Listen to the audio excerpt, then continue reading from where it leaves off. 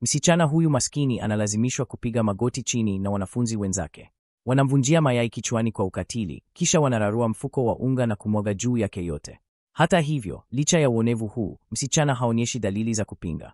Kuona hivi, waonevu wanazidi kuwa wakali zaidi, wakimwaga mchuzi wa samaki juu yake. Baadaye, wanamtumia kwa kiburi kama keki ya kumbuka ya ishara ya kusherehekea siku ya kuzaliwa ya kiongozi wao. Jina la msichana huyu wa bahati mbaya ni Eunb. Ana dada yake pacha aitwaye Eunbyul, na ingawa ni mapacha, tabia zao ni kinyume kabisa. Wakikuwa bila wazazi, wawili walilazimika kuishi katika nyumba ya mayatima. Hata hivyo, Eunbyul alikuwa na bahati zaidi, kwani aliadoptwa na familia tajiri mjini Seoul. Wakati Eunbi hakuwa na bahati kama hiyo, aliishi utoto wa taabu, akiliwa katika umaskini, na alilazimika kuiva mapema akiwa anawatunza watoto wadogo katika nyumba hiyo. Kwa sababu hiyo, tabia ya Eunbi ikawa ya woga, ikimfanya awe lengo la mara kwa mara la uonevu na wanafunzi wenzake. Wakati dada yake Eunbyul alikuwa na utoto wa kutosheka, alikuwa mkali na mkatili sana. Kwa kuwa alidhalaliwa, mama yake alichukua nafasi ya kila kitu kwake. Leo, alikuwa na safari ya uchunguzi, na alipokuwa akitembea, alitazama mfumo wa moja kwa moja wa mashindano ya kuogelea ya rafiki yake wa karibu. Akimwona rafiki yake akishinda nafasi ya kwanza, Eunbyul hakuweza kuficha msisimuko wake. Kinyume na dada yake, wakati huu, Eunbi anaudhurwa na wanafunzi wenzake. Leo ilikuwa siku ya kuzaliwa ya kiongozi, na watumishi wake waliamua kumfanya Eunbi kuwa keki halisi ya siku ya kuzaliwa. Wanamvunja mayai bila huruma, wanampiga unga, na hata wanamwaga mchuzi wa samaki. Akimtazama Eunbi katika hali yake ya huzuni, mkuu wa shule anasimama kimya. Kwa muda, inaonekana kama anaweza kuhisi toba, lakini baada ya sekunde chache, anazuka kicheko na hata anatupa ishara za moyo kuwashukuru watumishi wake. Janga halimaliziki hapo, hata hivyo. Eunbi anabadilisha nguo zake za michezo na anaingia darasani. Hakuna hata mmoja anayejali kile kilichomtokea. Badala yake, wanafunikiza pua zao kwa sababu ya harufu ya mchuzi wa samaki iliyobaki kutoka mapema. Hata mwenzake wa dawati alimwambia Eunb aende mbali. Ili kuongeza balaa, baada ya darasa, mwalimu mkuu alimwita kando kwa mazungumzo ya kibinafsi. Mwalimu alisema nguo za Eunb zilikuwa chafu na alikuwa na harufu mbaya. Popote Eunb alipoenda, alikabiliwa na maneno ya dharau na matukano pekee. Siku iliyofuata aliugua na alilazimika kubaki nyumbani kutoka shule. Mara tu alipotoka nje, aliona kundi la waonevu. Walikuwa wakijifanya kufanya huduma ya kijamii kama kukagua kituo cha ustawi, lakini kwa ukweli, walikuwa wanatafuta sababu tu ya kumtesa Eunbi. Hata hivyo, Eunbi alivumilia kimya, asitake kumtaabisha mkurugenzi wa kituo. Zaidi ya hayo, baba wa kiongozi wa shule, Soyoung, alikuwa mfadhili wa nyumba ya hisani, ikimwacha Eunbi bila chaguo ila kumeza kiburi chake na kuvumilia. Soyoung alijivuna kuhusu mfuko wa ufadhili wa baba yake na jinsi alivyokuwa akitafuta mashirika ya kuunga mkono. Akisikia haya, usiku huo huo, Eunbi alipanga kukutana na Soyoung. Alimwomba aseme maneno mema kwa baba yake, akitarajia kwamba hiyo inaweza kuboresha mambo kidogo kwa kituo cha ustawi na nyumba ya hisani. Lakini Eunbi alikuwa mjinga mno. Soyoung alitumia kizuizi cha kuazima simu kuuliza maoni ya baba yake. Lakini bila kutarajia, alituma ujumbe wa dharau kwa kundi lililomwonevu Eunbi. Iliyoghadhibika, pande zote mbili zilibangana, na katika fujo, Soyoung alianguka katika mlungu wa mabomba ya chuma. Eunbi, kwa upole, alimkinga kwa mwili wake mwenyewe, akifikiri kitendo hiki kinaweza kumbadilisha Soyoung.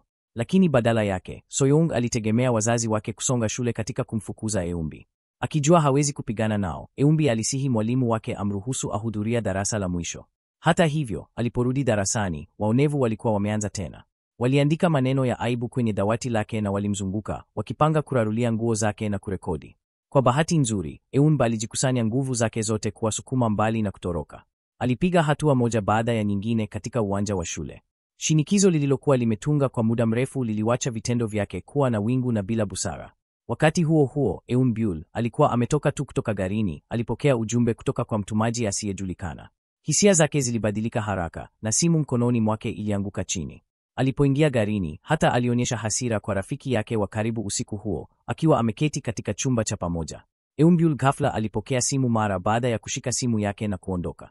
Rafiki yake wa karibu Shijin, akiwa na wasiwasi kuhusu Eunbyul, alimfuata. Kwa hivyo, Shijin alimwona Eunbyul akikutana na kijana na kisha akaondoka kwa hasira. Siku inayofuata, darasa la Eunbyul lilichukua gari la kamba mlimani pamoja kwa safari, na uso wa Eunbyul ulikuwa na dalili za huzuni. Licha ya kutenganishwa kwa muda mrefu, bado alimkumbuka dada yake Eunbi. Ingawa walikuwa katika kafe moja wakati mmoja, wawili hawakukutana, na hivyo dada wakampita bila kutambua. Ilipofika wakati wa picha ya darasa, kila mtu alianza kushtuka wakati hawakuweza kumpata Eunbyul popote. Darasa zima lilipiga mbio kutafuta, lakini hata baada ya kuchunguza karibu mlima mzima, bado hawakuweza kumpata. Habari za kutoweka kwa Eunbyul zilimfikia haraka mama yake. Alipiga mbio eneo na alighafilika na huzuni, akashindwa kusema. Wakati huo huo, rafiki wa karibu wa Eunbyul, Do-yoon, hakuweza kuficha wasiwasi wake alipoisikia amepotea. Akimfikiri Eunbyul, alipoteza mkazo na akakosa mashindano yake mwenyewe. Akiwa hawezi kukubali ukweli, mama wa Eunbyul alitafuta habari za binti yake siku baada ya siku. Kisha siku moja, alipokea simu kutoka hospitali. Hatimaye, siku zake za wasiwasi ziliisha. Lakini faraja ilikuwa ya muda mfupi, kwani mama alipokea habari mbaya hivi karibuni. Binti yake alikuwa ameruhusu kumbukumbu zake kutokana na msongo wa mawazo na mkazo. Anaweza kupona, au anaweza kusahau kila kitu kabisa. Eunbyul alipokuwa akijiandaa kuondoka hospitalini, alikutana na Soyoung akimkosea Eunbyul kwa Eunbi. Soyoung mara moja alianza kumwonevu. Mama wa Eunbyul alifika kwa wakati kumwondoa Soyoung. Ni hapo tu ndipo Soyoung aligundua amekosea mtu, hivyo haraka aliomba msamaha na akakimbia kwa haraka. Wakati huo huo, Do-yoon hakujua bado kwamba Eunbyul amepatikana. Aliketi katika utozi, akikumbuka jioni ile, kutimiza ahadi ya miaka mingi iliyopita. Kushinda medali ya dhahabu ya kitaifa na kuimpa Eunbyul. Alipiga mbio kwake mara tu alipopokea medali, lakini kinyume na matarajio ya Do-yeon, Eunbyul alimtendea kwa upole wa baridi. Alisema hakumbuki na hamjali ahadi yoyote. Maneno hayo yalimjeruhi sana Do-yeon. Ghafla, aligundua kidonda shingoni mwa Eunbyul.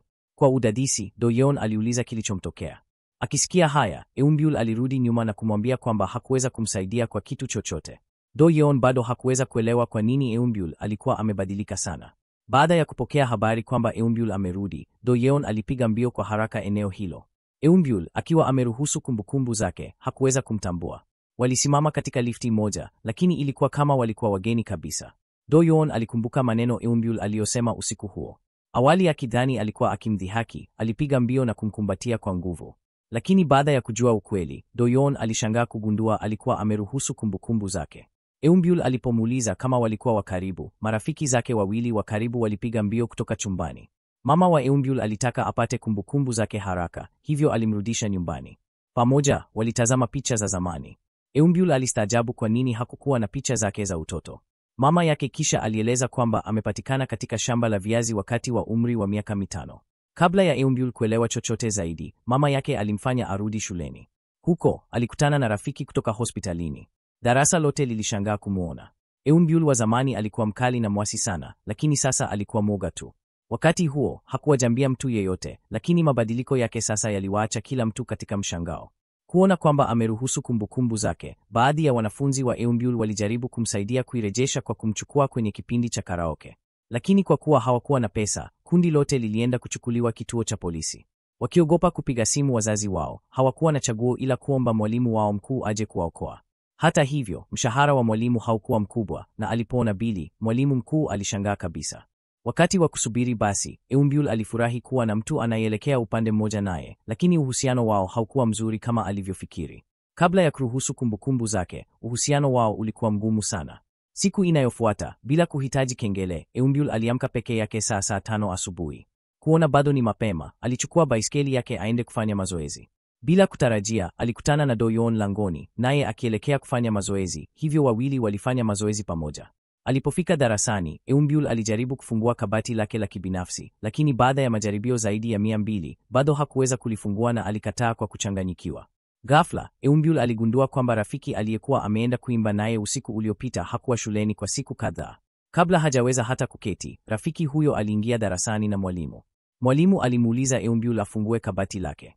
Aliposema hakumbuki neno siri, mwalimu alimwamuru rais wa darasa alete nyundo, lakini rafiki wa Eunbyul, Taekwong, haraka alichukua kiti na kuvunja kabati. Mlango ulipofunguka, kila kilichokuwa ndani kilikuwa sanduku la ajabu lenye mkufu wa gharama. Young-gyun alisema mkufu ulikuwa wa mama yake. Mara moja, macho yote yalikugeukia Eunbyul, lakini hakuweza kukumbuka chochote. Sasa mwalimu mkuu alimwamuru Eunbyul aende chumbani kwa mazungumzo. Hata hivyo, Do-yoon alishika mkono wake na kumburuta nje. Eunbyul alimuuliza Do-yoon kwa nini alilazimika kukimbia. Alitaka kurudi na kufafanua mambo, lakini Eunbyul hakuweza kukumbuka chochote cha kujitetea nacho. Do-yoon hakutaka awe mada ya mazungumzo ya kila mtu. Wakati huo, Young-gun alikuwa akitoa maelezo yake kwa mwalimu mkuu. Alidai kwamba Eunbyul alimlazimisha kutoa pesa kwa Eunbyul kutumia, akimtishia kumpiga kama hangetii. Kwa kuwa hakuwa na pesa zilizobaki, Young-gun alisema alichukua mapambo ya mama yake kutumia kama rehani. Hata hivyo, kwa sababu Eunbyul alikuwa ameruhusu kumbukumbu zake, mwalimu mkuu alitaka kuwaita wazazi wa pande zote mbili kujadili swala, lakini Yongyun, kwa ukakamavu, alikataa kuwahusisha. Wakati huo huo, Eunbyul alimwona mama wa Yongyun akifika shuleni kwa hasira. Eunbyul akawalekea marafiki zake wawili na kuwauliza kuhusu kipindi cha Yongyun, akiuliza kama kweli alikuwa amemwonevu na kumbomoa pesa kutoka Yongyun hapo awali. Rafiki wake wa karibu Songju alikana kabisa. Bado akiwa na mashaka mengi, Eunbyul alikuwa na hamu ya kupata maelezo zaidi kutoka Yongyun, lakini kila alipojaribu kupiga simu, ilienda moja kwa moja kwa ujumbe wa sauti. Siku inayofuata, Eunbyul na Doyun walikutana tena kufanya mazoezi. Wakati wa kupumzika, Doyun aligundua kwamba kidonda shingoni mwa Eunbyul kimepotea bila dalili, lakini Eunbyul hakuwa na kumbukumbu zake kabisa. Alipofika shuleni, alisikia baadhi ya wanafunzi wakieneza uvumi na alianza kujiuliza ni aina gani ya mtu alikuwa. Akihisi kukata tamaa, Eunbyul alipanda juu ya dari, ambapo alikutana na Taekwong. Kutoka kwa Taekwong, alijifunza kwamba yeye ndiye aliyevunja mlango wa kabati lake, lakini hilo lilitokea kitambo sana. Alikuwa amempigia kelele kwa ukali, na hiyo ilikuwa mara pekee waliongea. Wakati huo huo, shule ilikuwa ikichunguza wizi wa mkufu wa mama wa Yongeun. Kutoka kwa maelezo ya wanafunzi, utawala uligundua kwamba kila wakati kikundi kilipoenda nje, Yongeun ndiye aliyekuwa akilipa kila wakati, na wakati mwingine hata alitoa zawadi kwa wengine. Eunbyul, hata hivyo, alikuwa pekee ambaye hakupokea chochote kutoka kwa Yongyun na hakumwalika hata kujifurahisha. Kwa sababu ya hili, baadhi ya wandarasa walianza kumshuku kwamba Eunbyul alikuwa amemkandamiza Yongyun na alikuwa akijifanya amepoteza kumbukumbu. Rafiki wa karibu wa Eunbyul aliposikia hili, alikabiliana na kikundi kwa sababu fulani. Kuona mandhari hii kulisababisha kipande cha kumbukumbu katika akili ya Eunbyul, kumbukumbu ya Eunbi akidhulumishwa na rafiki mbaya. Je, inawezekana kwamba Eunbyul alikuwa kweli ni Eunbi? Alipofika nyumbani, ingawa Eunbyul alijaribu kuficha kilichotokea shuleni, hatimaye hakuweza kumficha mama yake. Mama yake aliuliza kwa nini hakumwambia juu ya hilo. Eunbyul alijibu kwamba kwa kuwa hakuweza kukumbuka chochote, aliogopa kwamba ikiwa alikuwa amefanya hivyo kweli, ingekuwa kimemsibu mama yake. Akifarijishwa na utulizo wa mama yake, Eunbyul alianza kuamini kwamba hakumdhalilisha Yongeun. Siku iliyofuata shuleni, Songju aliona kwamba mtu fulani alikuwa ameweka kimya kimya maua ya chrysanthemum meupe kwenye dawati la Eunbyul. Baada ya uchunguzi, Songju aligundua kwamba ni Yongyun, kwa hivyo walimvuta pembeni kuzungumza. Songju alimkabili Yongyun, akiuliza kwa nini alikuwa ameweka chrysanthemum kwenye dawati la Eunbyul na alikuwa amefanya nini kwa kabati la kibinafsi la Eunbyul. Yongyun alikataa kwa nguvu. Marafiki wa Eunbyul kisha waliuliza ikiwa alikuwa ameenda kwa mwalimu kwamba walimlazimu kulipa karaoke, kitu ambacho hawakuwa wamefanya. Lakini Yongyun alidai walimtendea tu kama asiyeonekana, wakimvuta tu ili alipe bili. Alikiri kwamba alitamani sana kutembea nao kama rafiki. Hakutaka bodi ya shule kuchunguza kwa sababu aliogopa wangegundua kwamba hakuwa na marafiki wa kweli, lakini sasa alikuwa amebadili akili yake. Yongyun aliwaambia marafiki wa Eunbyul wajiandae kwa adhabu. Usiku huo, Eunbyul alimkamata Yongyun akisonga karibu na kabati lake. Alitoa shaka yake. Je, wao wawili walikuwa wamebadilishana makabati kabla ya picnic? Asiweze kukataa tena, Yongyun alikiri. Alikuwa ana wivu wa kila kitu alichokuwa nacho Eunbyul, na alitaka Eunbyul apate uzoefu majanga aliyopitia. Wakati jambo la huzuni linatokea, unahitaji mahali pa kulitolea. Eunbyul hakuwa tofauti. Alimtafuta Doyun kumwaga moyo wake.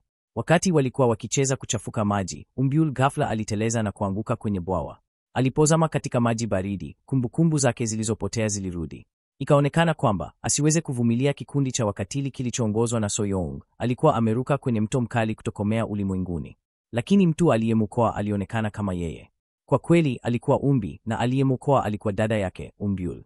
Maisha ambayo Eunbi aliishi sasa yalikuwa yale ambayo Eunbyul alikuwa ameacha. Akishangaa, Eunbi alirejea nyumbani akijongojongo. Bila uhakika kama hizo kumbukumbu zilikuwa za kweli au za ufikiria, alitafuta daftari la Eunbyul. Baada ya kulisoma, alithibitisha kwamba hizo kumbukumbu zilikuwa kweli za ukweli. Alikuwa Eunb, msichana aliyekuwa katika hema ya yatima, lakini kwa shukrani ya kupoteza kumbukumbu, Eunb alikuja kujua furaha ya kuwa na mama. Alimkumbatia mama yake kwa nguvu, akimshangaza sana. Siku iliyofuata, Yongeun alikiri ukweli wote kwa mwalimu wa darasa. Alieleza kwamba wao wawili walikuwa wamebadilishana makabati, lakini kuwasili kwa mwalimu wa darasa ghafla kulimwacha hajui la kufanya. Yongeun alisema angekuwa mbele ya kamati ya nidhamu na kukiri kila kitu. Wakati wa usikilizaji kuhusu wizi wa mkufu wa mama yake, wakati Yongeun aliposonga mbele kukiri hatia yake, Eunb, akijifanya ni Eunbyul, alichukua lawama kwa uonevu na kukandamiza Yongyun, ingawa hakuwa amefanya hivyo. Baada ya kuwa mhanga wa vurugu za shule mwenyewe, Eunbi alielewa woga na upweke katika moyo wa Yongyun. Hili lilimwacha Young-yun akishangaa na kushukuru sana. Eunbyul hata alimtumia Young-yun mashairi ya uponyaji, akimwambia asiogope kwamba haijalishi jinsi barabara ilivyo mbali au jinsi anga lilivyo giza, Eunbyul angekuwa kando yake kila wakati. Hisia za Young-yun zikaongezeka. Pengine tu sasa alikuwa amepata rafiki wa kweli. Kila kitu kilisuluhishwa kwa njia nzuri zaidi inayowezekana. Hata hivyo, Young-yun bado alichagua kuondoka kimya kimya. Hakusahau kuachia picha zilizorasmiwa kwa wanafunzi wote wa darasa, zikitumika kama maagano na shukrani kwa kuwa sehemu ya vijana wa kila mmoja. Kama ilikuwa nzuri au mbaya, Young-yun angekuwa akizihifadhi kumbukumbu hizo kila wakati. Eunbi hasa alipokea ujumbe kutoka kwa Young-yun akimshukuru dada ya Eunbi kwa kila kitu ambacho Eunbyul alikuwa amemfanyia. Young-yun hata aliahidi kumkutana na Eunbyul tena siku moja hivi karibuni. Kumbukumbu zake zikirudishwa, Eunbi hakuweza kuendelea kuishi kama Eunbyul. Kutoka kwa daftari la Eunbyul, Eunbi aligundua kwamba zawadi zote alizopokea hadi sasa zilitumwa na Eunbyul, na Eunbi ndiye aliyekuwa amemakusudiwa kupangwa, si yeye. Akigundua kwamba bado alikuwa na jamaa aliye hai, Eunbi aliamua kumtafuta dada yake. Eunbi aliwacha barua kwa mama yake, akifunua kwamba alikuwa kweli ni Eunbi, si Eunbul. Katika barua, alitoa shukrani zake kwa kumruhusu kupata furaha ya kuwa na mama, hata kama ni kwa muda mfupi tu. Kisha alirudi hospitalini kutafuta maelezo zaidi kuhusu dada yake, lakini hakupata chochote. Akikata tamaa, alipigia polisi simu, tu kupokea habari za kuvunjika moyo kwamba dada yake alikuwa amefariki. Akiwa amelemewa na huzuni, Eunbi alisimama mbele ya madhabahu ya ukumbusho, akitazama kwa kushangaa picha iliyofunikwa, uso wake mwenyewe ukimtazama. Wakati huo, mama wa Eunbyul alifika. Aliposikia habari za kifo cha Eunbyul, alikataa kukubali ukweli na badala yake akajishawishi kwamba msichana aliyesimama mbele yake bado alikuwa binti yake, Eunbyul. Hili lilimweka Eunbi katika hali ngumu na kile tu alichoweza kufanya ni kuomba msamaha. Mama alipojifunza zaidi kuhusu matatizo ya Eunbi, jinsi alivyotumia ujana wake akifanya kazi kwa ajili ya kumfunga mkuu wake katika kulea watoto wadogo, wakati wote akivumilia uonevu unaoendelea, moyo wake ulivamiwa. Mateso yalikuwa yamemfukuza Eunbi hadi alipata matumaini yote. Eunbi hakuweza kusahau hatia ya kusababisha kifo cha Eunbyul kwa msingi. Alipotembea, mama wa Eunbyul alikumbukwa na kumbukumbu za wakati wao pamoja. Ingawa siku zao kama mama na binti zilikuwa fupi, zilikuwa zimejazwa na furaha ya kweli. Asiweze kuvumilia kuachana kingine, alimfukuza Eunbi, akamshika kwa nguvu na kumsihi abaki, awe Eunbyul wake kuanzia sasa na kuishi maisha ya furaha pamoja. Akiona maumivu ya mama yake, Eunbyul hakuwa na budi kukubali walirudi nyumbani pamoja. Sasa kumbukumbu zake zilikuwa zimerudia kabisa. Eunbi alihisi ugumu kumuita mama yake. Akiona kwamba hakuwa mzuri, Eunbi alichukua msaada wa kupikia uji. Akimwona Eunbi akiwa na uangalifu na upole, mama alikumbushwa na Eunbyul na hakuweza kuzuia machozi yake. Wakati huo huo, Do-yun alikuwa akifanya mazoezi kwa bidii kwenye bwawa wakati maumivu makali yalipopiga bega lake ghafla, yakimjaza na wasiwasi. Akirudi nyumbani, alimkuta baba yake akijiandaa kuondoka kwenda kazini. Alimsaidia baba yake haraka kupakia vitu galini. Kwa baba yake, Do-yun alikuwa chanzo chake kikuu cha kiburi. Hata doa la mafuta kwenye mkono wa Do-yun lilipangushwa kwa uangalifu na baba yake, ambaye alimwambia kwa upole kwamba njia pekee mbele yake ilikuwa kuogelea. Siku iliyofuata, Eunbi alikwenda shuleni chini ya utambulisho wa Eunbyul. Njiani, Do-yun alimwona Eunbi na akapanda basi kukaa karibu yake. Eunbi hakuona mwanzoni. Do-yun alimwona amepotea na alifikiri hajui kilichokuwa akilini mwake, kwa hivyo alimtumia ujumbe wa kucheza. Alipouliza hatimaye kama alikuwa kweli ni Eunbyul, Eunbi alionekana kujipoteza kwa muda. Hakujibu chochote alichosema, lakini kwa maneno ya kucheza tu kutoka kwake, aliongezeka na kutabasamu tena. Darasani, marafiki zake wa karibu wa wawili ghafla waliona kwamba mwandiko wa Eunbi ulikuwa tofauti na kabla hajapoteza kumbukumbu. Asitake wachukulie kwa kina, Eunbi haraka alifanya udhuru wa kuteremkia kwenye zahanati. Huko, alikutana na Taekwong na akamwambia jina lake la kweli. Kwa kawaida, Taekwong hakumwamini, akisema kwa mzaha kwamba amepata kichaa kwa kusoma sana. Taekwong pia alimwambia Eunbi kwamba mama yake alikuwa sanaa maarufu miongoni mwa vijana. Wawili walipendana zaidi baada ya hapo. Njiani kurudi darasani, Eunbi ghafla alipokea ujumbe wa maandishi kutoka kwa nambari isiyojulikana ukimtaja mtu aitwaye Seo-jin. Mapema, alikuwa amekutana na mama wa Seo-jin kwa bahati mbaya, ambaye alisema kwamba Eunbyul na Seo-jin walikuwa na uhusiano wa karibu. Mwalimu wa darasa alishangaa Eunbi aliporejelea jina, lakini alipouliza kama kuna mtu yeyote shuleni mwenye jina hilo, alidai hajui. Akirudi darasani, Taekwong alisikia baadhi ya wanafunzi wamezungumza kuhusu mama yake. Bila kusema mengi, aliruka kwa aliyekuwa na sauti kubwa na kuanza vita. Eunbi aliporudi na kuwaona wakipigana, aliruka kuvunja, lakini Taekwong, katika hasira, alimkandamiza kando, akimjeruhi bila makusudi. Tu ndipo Taekwong aligundua kwamba Eunbi alijeruhiwa. Alikaribia kumtazama wakati Do-yun alimkandamiza kando. Njiani kurudi nyumbani, Eumbi alijifunza kwamba usiku dada yake alipotea. Alikuwa amegombana na kijana mrefu sana. Akimshuku kuwa Do-yoon, Eumbi alibaki kumuuliza, lakini alikataa. Do-yoon alipofika nyumbani, alichukua nishani yake ya dhahabu, akikusudia kukiri hisia zake kwa Eumbi, lakini aliendelea kukauka. Baada ya mapambano ya kina ya ndani kwa muda mrefu, hatimaye alichukua simu na kuomba kumkutana. Hata hivyo, wakati huo, Eumbi alikuwa akitembea mitaani bila simu yake. Baada ya kusubiri jibu ambalo halikufika, Do-yoon aliharakisha kwenda nyumbani kwake.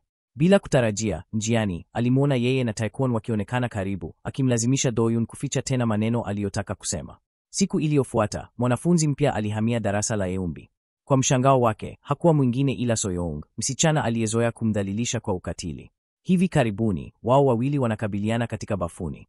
Ilionekana Soyoung alikuwa amemtambua kama Eumbi, lakini bado alijifanya kuwa Eumbyul. Alimuomba msamaha kwa kile kilichotokea hospitalini na hata akajaribu kufanya kwa kirafiki na Eumbi. Jioni hiyo, wakati Eumbi alikuwa akitafuta maelezo kuhusu tukio la kuruka daraja, ghafla alipokea ujumbe wa maandishi kutoka kwa Sojin, akimuomba wakutane maktabani.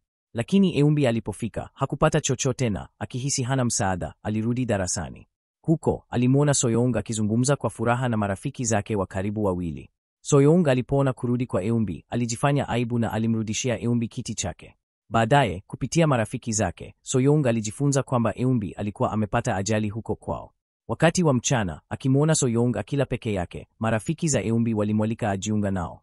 Mara tu alipoketi, Soyoung alisema aliogopa kila wakati kula peke yake. Ule maoni ulimfanya Eumbi ahisi kuchukia kabisa. Akiona hili, Taekwon alimwambia Soyoung kwamba anategemea mtu ampe chakula, bila kusimama pale. Soyoung pia alisema Eumbi anafanana sana na rafiki kutoka mji wake. Soyoung hata alijaribu kuchukua picha ya siri ya Eumbi ili awaonyeshe marafiki zake nyumbani, lakini Taekwon alimzuia, akipinga mpango wake. Akimwona Soyoung akiongezeka kuchukiza, Eumbi aliondoka mapema. Do-yeon alikuja nyumba ya Eumbi tena. Alikuwa anamtumia ujumbe kuuliza kama alikuwa amekula wakati alimkutana naye, wakati tu alipokuwa akitoka. Alipomuuliza na kujua bado hakula, wao wawili waliamua kula tambi pamoja. Do-yeon alikuwa akitetea kwa uchungu, akiuliza jinsi Eumbi angeweza kumsahau kwa urahisi. Alitaka kumwalika kutafuta kumbukumbu zake zilizopotea pamoja, lakini alikataa. Akirudi nyumbani, Eumbi alitazama picha ya Eumbyul na akamwambia kwamba Do-yeon alikuwa amempenda kweli. Siku iliyofuata, Soyeon, akifanya kwa majuto, alimkaribia Eumbi kuomba msamaha kwa kuchukua picha yake kwa siri siku iliyopita. Chini ya macho ya matarajio ya darasa lote, Eumbi alimuona na akageuka kuondoka. Alipokuwa akitembea koridorini, Eumbi alikutana na rafiki yake. Kutoka kwake, alijua kuwa Sojin, yule aliyekuwa akimtumia ujumbe, alikuwa amekufa mwaka mmoja uliopita. Eumbi aliharakisha kurudi nyumbani kutafuta kadi ya biashara, kisha akaenda haraka kwenye maktaba. Ilikuwa kitabu kile kile cha awali, lakini wakati huu alipata karatasi yenye habari muhimu. Chochote kilichoandikwa hapo kilimfanya Eumbi macho yake yapanulie kwa mshangao. Wakati huo huo, Do-yoon alipokuwa akibadili nguo, maumivu makali begani mwake yalimjia tena, yakimletea maumivu makubwa. Lakini alipoona kocha akimwacha mchezaji mwingine apumzike kwa sababu ya jeraha, alificha hali yake. Hakusema neno kwa sababu baba yake alikuwa ameweka matarajio makubwa juu yake. Wakati huo huo, Eumbi alikuwa nyumbani akisoma nakala za diari alizopata maktabani. Hapo ndipo alipogundua kuwa Eumbyul alikuwa akifuatiliwa na mgeni ambaye alimtumia ujumbe mwingi kwa jina la Sojin. Eumbyul alikuwa daima akificha hilo kwa mama yake, akiamini kuwa anastahili adhabu hiyo.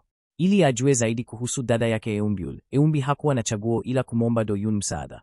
Do-yoon alikubali kumsaidia Eumbi, lakini kwa malipo alipaswa kumjalia haja moja.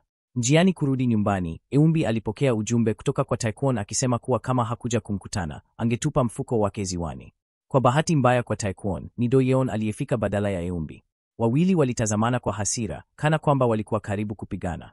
Wakati huo huo, Eumbi alikuwa karibu kuuliza jinsi mambo yalivyokuwa yakienda kwenye makazi ya yatima hivi karibuni, lakini mtu upande mwingine alikuwa ndugu mdogo wa karibu kutoka pale, karibu kumfichua. Hii ilionekana na mama yake, ambaye, akigundua kuwa Eumbi bado alishikilia mambo ya nyuma, alimkumbatia kumfariji. Wakati huo huo, Soyoung alianza kukusanya habari kutoka kwa wapenda uchongezi. Kutoka mazungumzo yao, Soyoung alihitimisha kuwa Eumbyul alikuwa ni Eumbi, msichana aliyezoea kumdhulumu. Hivyo, Soyoung alimpigia Eumbi simu aende kwenye dari kuzungumza. Kutoka kwa vitendo vya Eumbi, Soyoung alijua mara moja kuwa alikuwa akidanganya na alithibitisha kuwa Eumbi ndiye aliyemdhalilisha. Huku Soyoung akiwa karibu kumpiga Eumbi, Taekwon alijitokeza kwa mtazamo mmoja tu. Alimfanya Soyoung aogope kiasi cha kuomba msamaha haraka. Akijisikia na ujasiri kwa uwepo wa Taekwong, Eunbi alitangaza kuwa Eunbi aliyemdhalilishwa na Soyoung alikuwa dada yake pacha, akimwacha Soyoung moga kabisa. Mara baada ya kusema hili, Eunbi alipata sababu ya kuondoka. Alipomkimbia Soyoung, Eunbi alianguka kwa hofu. Lakini darasani, alikuwa akimtazama Soyoung, ambaye uso wake uligeuka rangi ya kijani kwa hofu. Akihisi mashaka, Soyoung aliwapigia marafiki zake kwenye makazi ya yatima ili wapate mfano wa maandishi ya Eunbi kwa kulinganisha. Baada ya shule, Eunbi aligundua Taekwong akimfuata.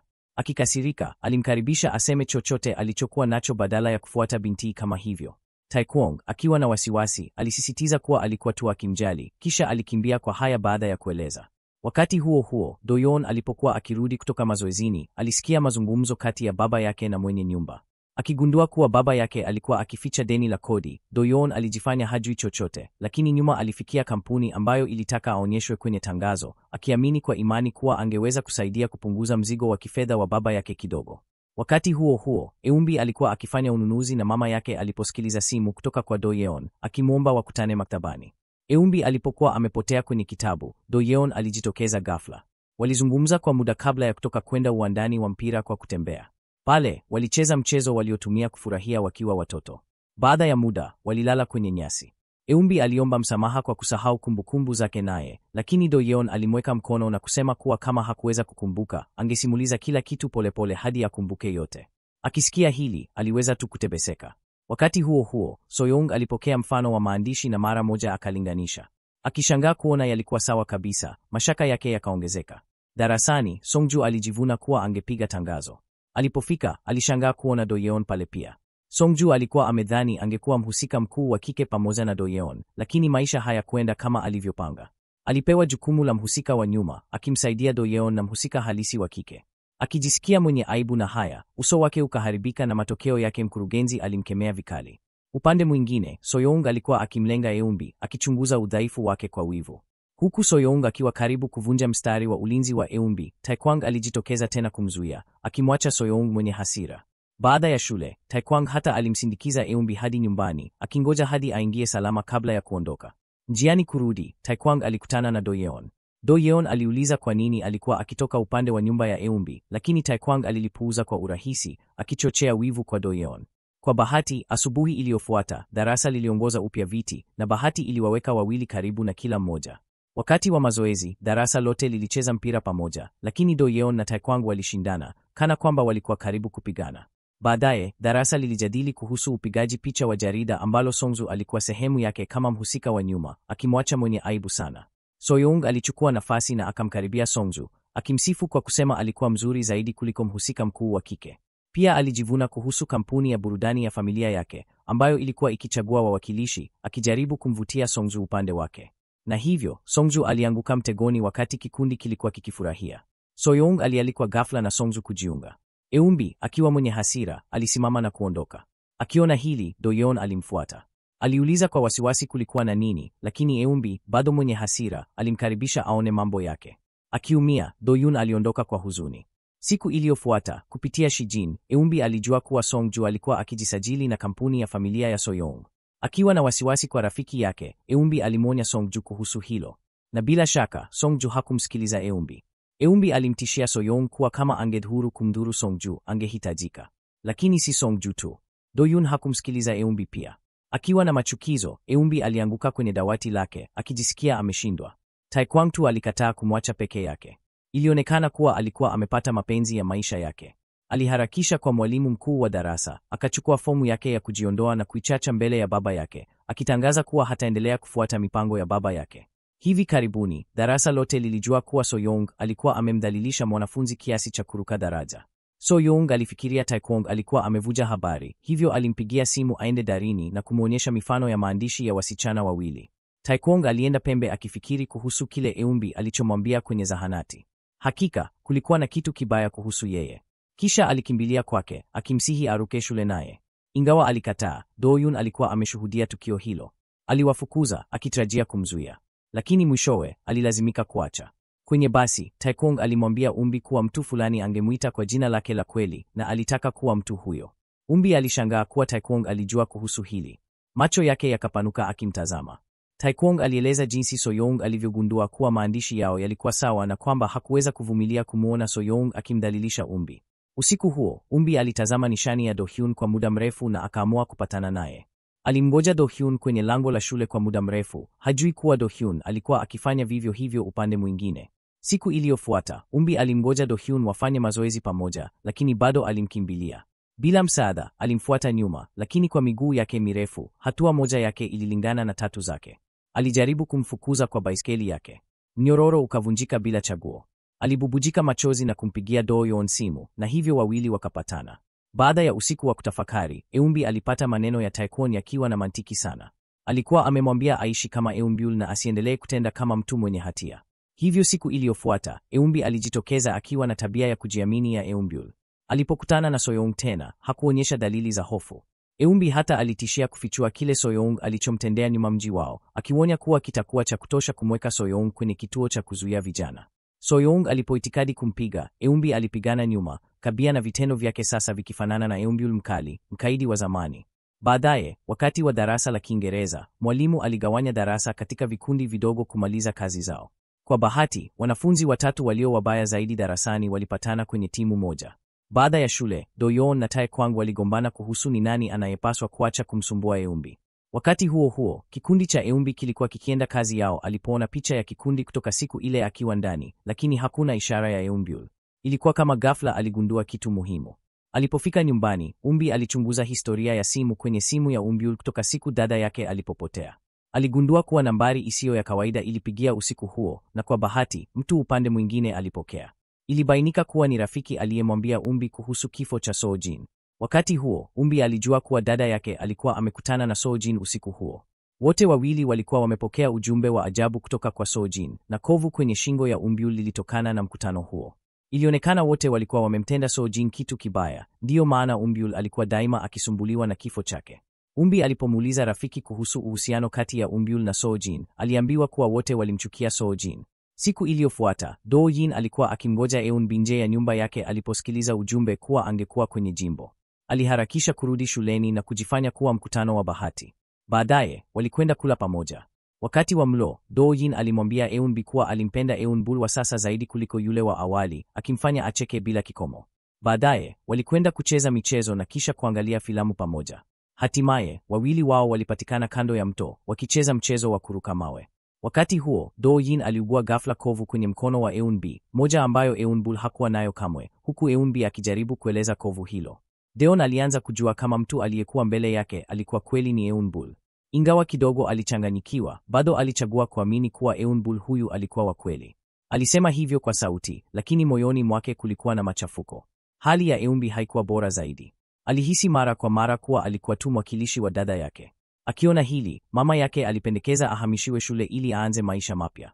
Asanteni sana kwa wote mnaotufuatilia kwenye chaneli yetu ya Mastori 24. Kazi ndo kwanza inaanza, endelea kuwa na sisi pia. Usisahau kusubscribe, kulike na kutoa maoni. Tunawapendeni sana.